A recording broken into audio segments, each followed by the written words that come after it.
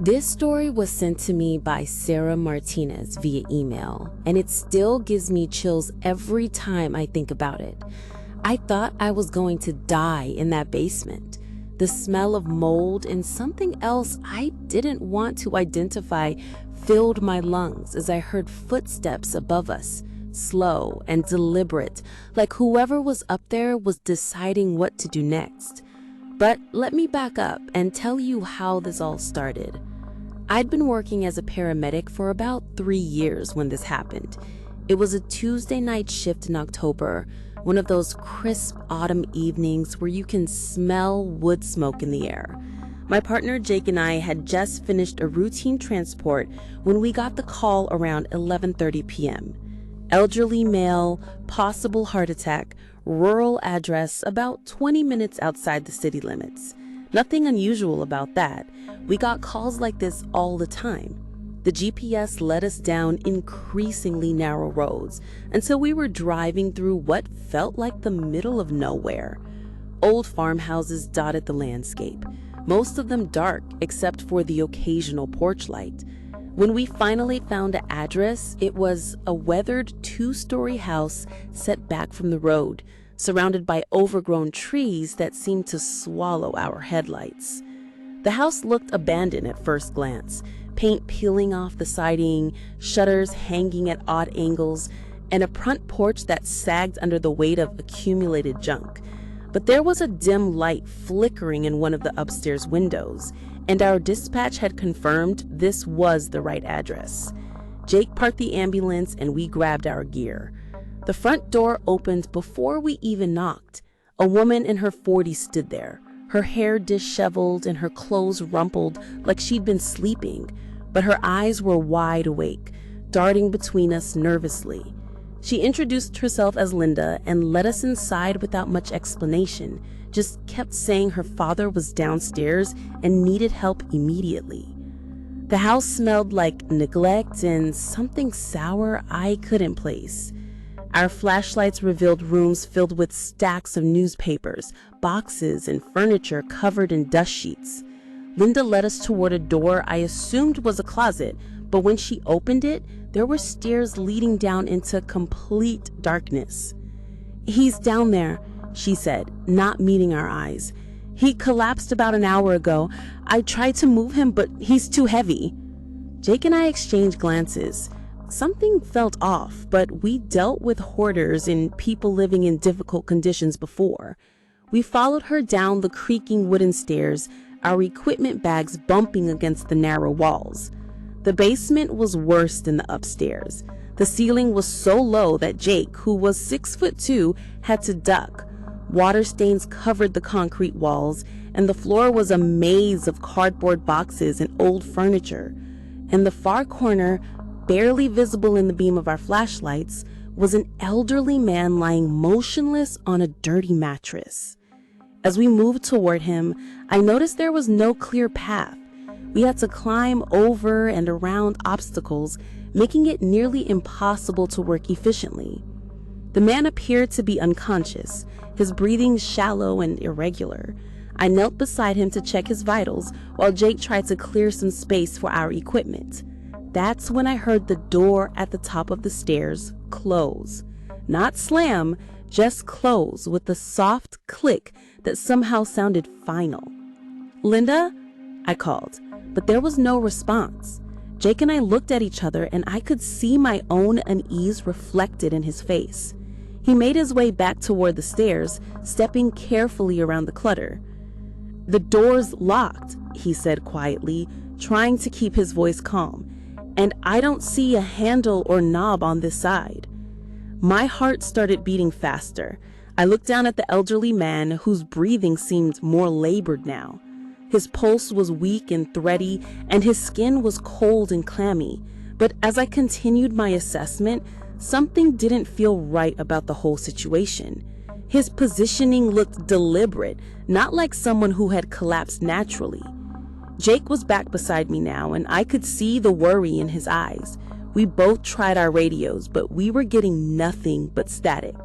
The thick walls in our location underground were blocking the signal. "We need to get him out of here," I whispered.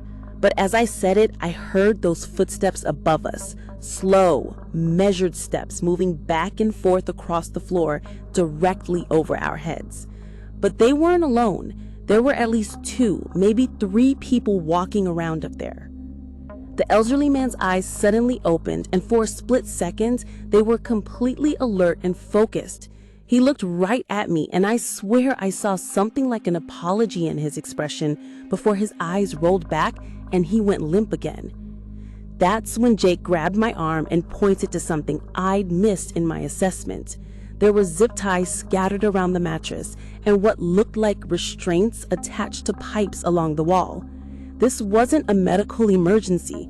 This was a trap. I felt panic rising in my chest, but my training kicked in. We had to stay calm and think our way out of this.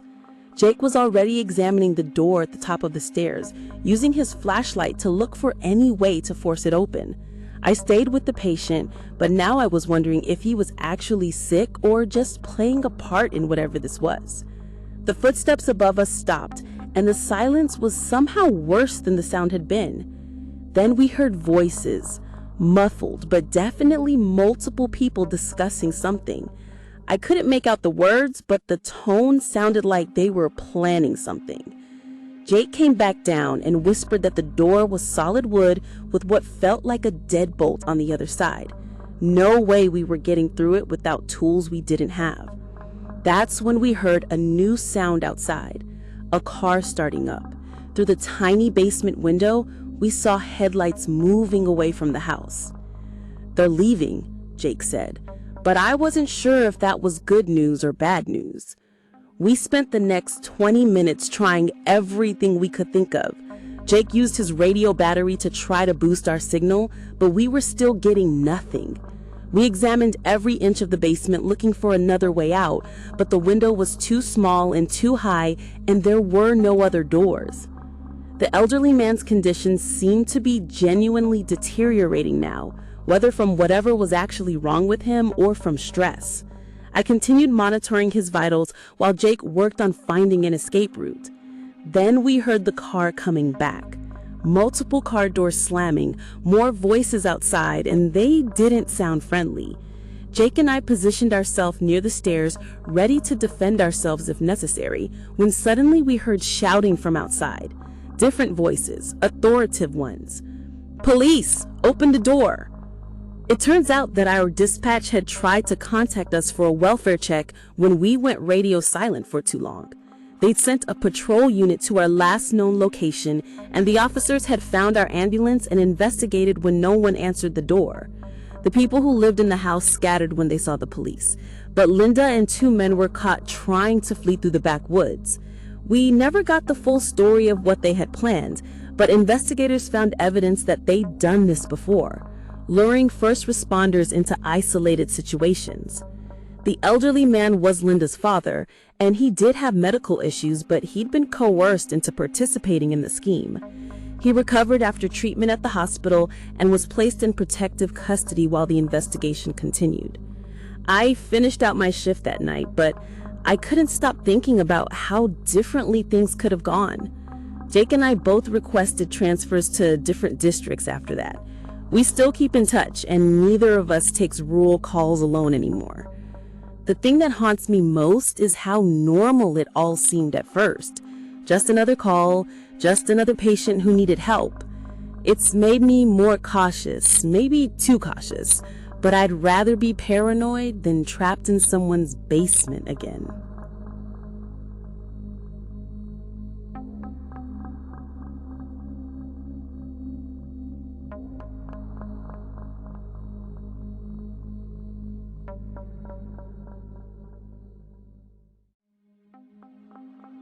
I found this on a Reddit thread by user medicmike87, and it perfectly captures why paramedics develop such strong instincts about dangerous situations. The knife was just sitting there on his kitchen counter, still wet with blood, when I walked into the apartment. The patient was standing calmly in the living room, smiling at me like nothing was wrong, but I could see dark stains on his shirt and hands. But let me back up and explain how I ended up in what was clearly a crime scene. It was a busy Saturday night in downtown Minneapolis. I was working with my regular partner, Amy, and we'd already run 6 calls since our shift started at 6 p.m. Around midnight, we got dispatched to a high-rise apartment building for what sounded like a straightforward medical call. Male in his 30s reporting severe abdominal pain and nausea. The building was one of those expensive downtown complexes with the doorman and marble floors in the lobby. Nothing about it screamed danger, which is probably why I wasn't as alert as I should have been. The doorman buzzed us up to the 15th floor without any questions, mentioning that he'd spoken to the tenant earlier and everything seemed fine. We took the elevator up, discussing our approach like we always did. Abdominal pain could be anything from food poisoning to appendicitis, so we'd need to do a thorough assessment. Amy had her cardiac monitor and drug bag, while I carried the stretcher and trauma kit. The hallway was quiet and well lit, typical of an upscale building. We found apartment 1547 and knocked on the door, announcing ourselves as paramedics. The door opened immediately, like the person had been waiting right behind it.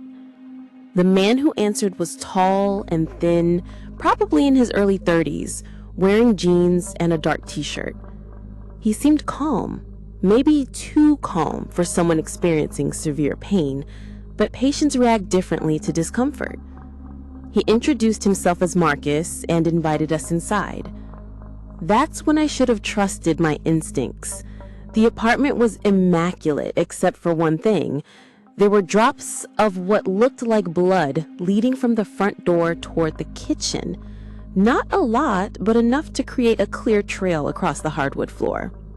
Marcus guided us toward the living room, explaining that he'd been experiencing sharp pains in his stomach for the past hour. His story was consistent, and he answered our initial questions appropriately, but something about his demeanor was setting off alarm bells in my head. Amy started taking his vital signs while I did a visual assessment of the scene. That's when I noticed more blood spots on the coffee table and what appeared to be defensive wounds on Marcus's knuckles, fresh cuts that looked like they'd happened recently. When I asked him about the injuries on his hands, his whole personality shifted. The friendly, concerned patient facade dropped, and his eyes went cold. He said he'd cut himself while cooking earlier, but the wounds didn't look like kitchen accidents. That's when Amy caught my eye and nodded toward the kitchen. She'd seen something while positioning herself to take his blood pressure. I told Marcus we needed to check his pupils for signs of concussion since head injuries could cause nausea. And while he was distracted looking up at my pen light, I glanced toward the kitchen. The knife was laying on the counter next to the sink, and there was definitely blood on the blade. Not just a drop or two from a cooking accident, but enough to suggest it had been used for something more serious. There were also bloody paper towels scattered around the sink area, like someone had been trying to clean up in a hurry. Marcus was watching both of us now, and I could tell he'd realized we'd seen more than he wanted us to. His story about abdominal pain suddenly seemed like a lie designed to get medical personnel into his apartment. But why? Amy and I have worked together for 4 years, and we've developed a kind of communication that doesn't require words. I could see her subtly reaching for her radio, and I positioned myself between Marcus and the front door. "I think we should transport you to the hospital for further evaluation," I said, trying to keep my voice professional and calm. "The symptoms you're describing could indicate something serious." Marcus stood up from the couch, and that's when I noticed he was favoring his left side, like he was trying to hide an injury. There were also what looked like scratch marks on his neck, mostly hidden by his shirt collar. "Actually, I'm feeling better now," he said. "I don't think I need to go to the hospital after all." That's not how medical calls work. Once we're on scene and a patient has requested help, we need to either transport them or have them sign a refusal form. But Marcus seemed to be trying to get us to leave quickly, which raised even more red flags. Amy had managed to key her radio and was quietly requesting police backup, giving our location and indicating we needed assistance. I hoped Marcus couldn't hear the transmission, but from his reaction, I think he caught at least part of it. "Did you just call the cops?" he asked, and his voice had an edge to it now. "I told you I'm feeling better. I don't need an ambulance, and I sure as heck don't need police." I explained that it was standard protocol for certain types of calls, trying to de-escalate the situation while buying time for help to arrive. But Marcus was getting agitated, pacing around the living room and occasionally glancing toward the kitchen. I was starting to wonder if we were dealing with someone who had hurt another person and was now trying to figure out how to handle two witnesses. That's when we heard it. A sound coming from what I assumed was a bedroom down the hall. It was faint, but it sounded like someone was moaning or trying to call for help. Marcus heard it too, and his face went pale. "What was that?" Amy asked directly. "The TV," Marcus said quickly. "I left the TV on in the bedroom." But the sound came again, and this time it was clearly someone in distress. Amy and I exchanged looks, and I knew we were both thinking the same thing. There was another person in this apartment who needed medical attention, and Marcus was preventing us from helping them. I made a decision that probably saved lives. I told Marcus that as medical professionals, we had a duty to assist anyone who needed help, and that sound indicated someone required medical attention. I started walking toward the hallway, despite his protests. Marcus stepped in front of me, and for a moment, I thought he was going to get physical. But that's when we heard sirens outside. The police response was faster than usual, probably because Amy had indicated officer safety concerns in her transmission. The sound of approaching sirens changed everything. Marcus seemed to deflate, like he realized the situation was beyond his control. He sat back down on the couch and put his head in his hands. Within minutes, police officers were knocking on the door. I let them in while Amy stayed with Marcus, and I quickly explained what we'd observed: the blood, the knife, the sounds from the back of the apartment. They found Marcus's girlfriend in the bedroom, badly beaten, but alive. She'd managed to lock herself in the bathroom and call 911, but Marcus had gotten to her phone before she could give dispatchers much information. Her call had been transferred to us as a medical emergency, which is how we ended up responding to what was actually a domestic violence situation in progress. Marcus was arrested without further incident. The girlfriend was transported to the hospital with serious but non-life-threatening injuries. She told police that Marcus had become violent during an argument and that she thought he was going to kill her before she managed to get away from him. The investigators said our quick thinking and Amy's request for police backup probably prevented the situation from getting much worse. Marcus was trying to figure out what to do about two witnesses when help arrived. I've been doing this job for 8 years now, and I've learned to trust those instincts when something doesn't feel right. The apartment was too clean, except for the blood. Marcus was too calm for someone in severe pain, and his story didn't match the evidence we could see. Amy and I both received commendations from the department for our handling of the situation. But honestly, I just feel grateful that we were able to help that woman and get out of there safely. It's a reminder that not every call is what it seems to be on the surface.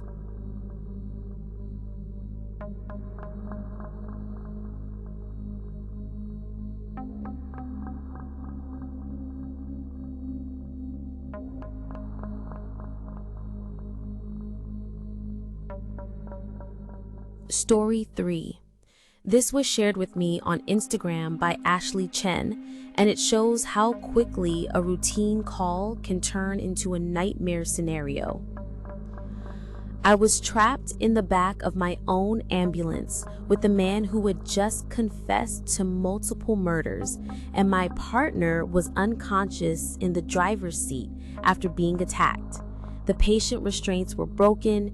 He was between me and the only exit, and I could hear him talking about what he was going to do next. But let me explain how a simple psychiatric transport turned into the most terrifying experience of my career. I'd been working as a paramedic in Phoenix for about 5 years when this happened. My partner David and I specialized in psychiatric transports, which meant we dealt with a lot of patients experiencing mental health crises. It's challenging work, but usually rewarding when you can help someone get the treatment they need. This particular transport seemed routine when we got the assignment. We were supposed to pick up a 38-year-old male named Robert from a psychiatric facility and take him to a different hospital for evaluation. According to the paperwork, he'd been voluntarily admitted for depression and anxiety and now needed to be transferred for specialized treatment. The facility was one we'd worked with many times before. Professional staff, good protocols, and they usually gave us thorough briefings about patient behavior and any special considerations. When we arrived, the charge nurse met us at the door with a clipboard and Robert's file. Robert appeared calm and cooperative. He was an average-looking guy in his late 30s, wearing hospital scrubs and slippers. He spoke quietly when answering our questions and seemed genuinely grateful that we were helping him get to the treatment he needed. Nothing about his demeanor suggested he might be dangerous. The nurse mentioned that Robert had been a model patient during his stay, participating in group therapy and following all the facility rules. His only medication was a mild anti-anxiety prescription, and he hadn't shown any signs of agitation or violent behavior. The transfer was supposed to be straightforward. We helped Robert into the back of the ambulance and secured him to the stretcher with standard soft restraints, more for safety during transport than because we expected problems. David got behind the wheel while I stayed in the back to monitor Robert during the 40-minute drive to the receiving hospital.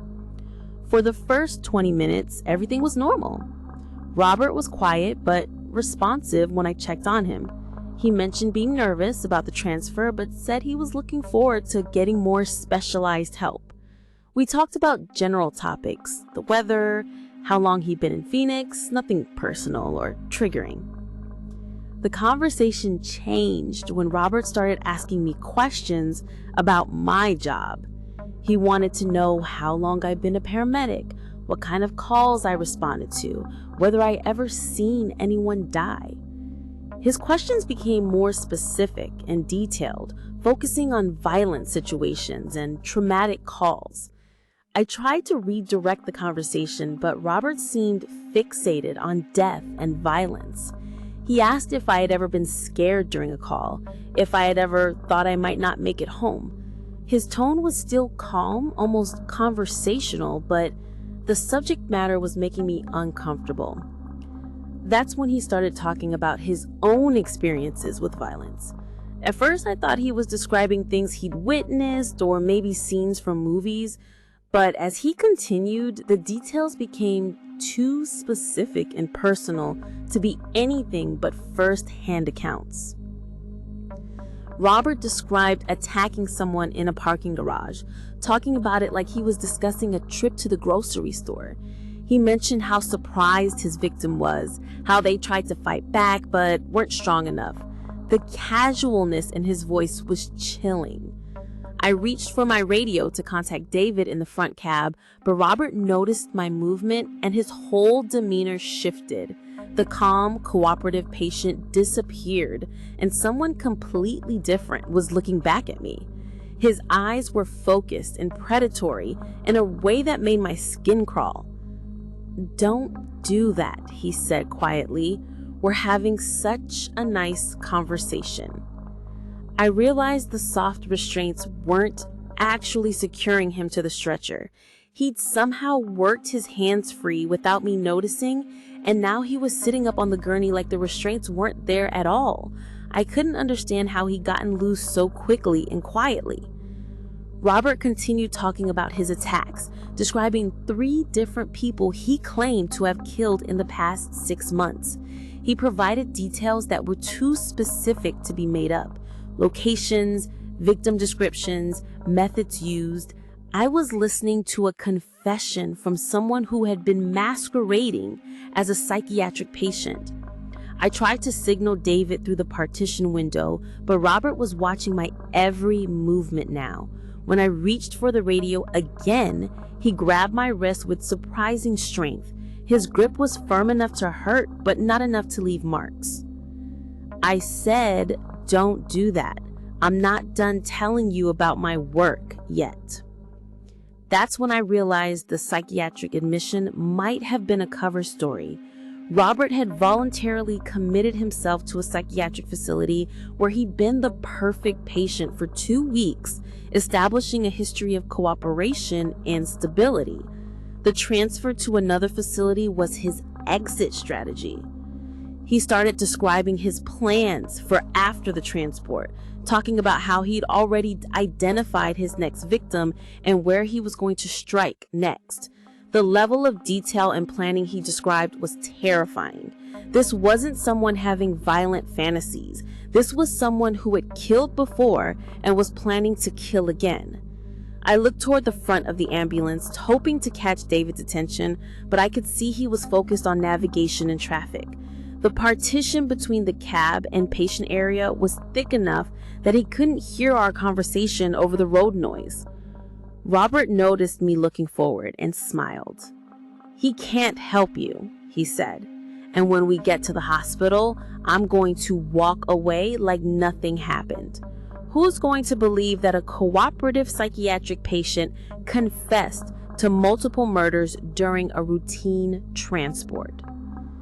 That's when I realized how carefully this had been planned. Robert had researched how psychiatric transports worked, had gotten himself admitted to a facility he knew did transfers, and had maintained perfect behavior until he was alone with medical personnel who wouldn't be believed if they reported what he told them. I was trying to figure out how to alert David without provoking Robert when the ambulance suddenly swerved and began slowing down rapidly. David was pulling over to the side of the highway, and I could see him slumping forward in the driver's seat. Robert had somehow gotten to David without my noticing. Later, investigators found a small syringe in Robert's possession. He'd apparently drugged David through the partition window while I was distracted by his confession. David was unconscious but still breathing, and the ambulance was now stopped on the shoulder of a busy highway. Robert stood up from the stretcher, completely free from any restraints. I don't know how he learned to escape from medical restraints so effectively, but he moved around the back of the ambulance like he owned it. He was between me and the rear doors, and David was unconscious in the locked cab.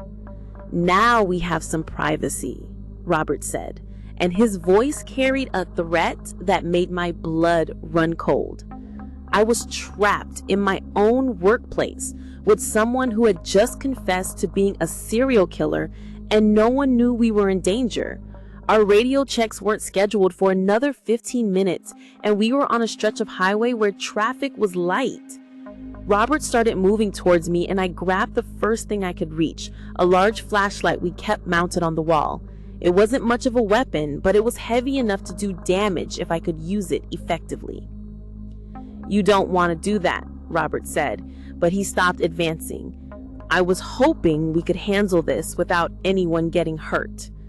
I told him that people would be looking for us soon, that our dispatch would notice when we didn't arrive on schedule, but Robert just laughed and said he planned for that too. He'd been studying how MES systems worked for months. That's when I heard the sound that probably saved my life. A police siren approaching us from behind. A highway patrol officer had noticed the ambulance stopped on the shoulder and was pulling over to check if we needed assistance. Robert heard it too, and for the first time, he looked worried. His perfect plan was falling apart because of a routine welfare check by law enforcement. He moved towards the rear doors, and I thought he was going to try to run. But instead of fleeing, Robert tried to get back on the stretcher and pretend to be restrained again. He wanted to maintain his cover as a cooperative psychiatric patient, but it was too late. I was already banging on the rear doors and shouting for help. The highway patrol officer opened the back doors just as Robert was trying to position the restraints to look like they were still securing him. The officer immediately recognized that something was wrong and called for backup while securing Robert properly. David recovered after being treated for the drug Robert had given him, which turned out to be a powerful sedative stolen from the psychiatric facility. Robert was arrested and eventually charged with multiple counts.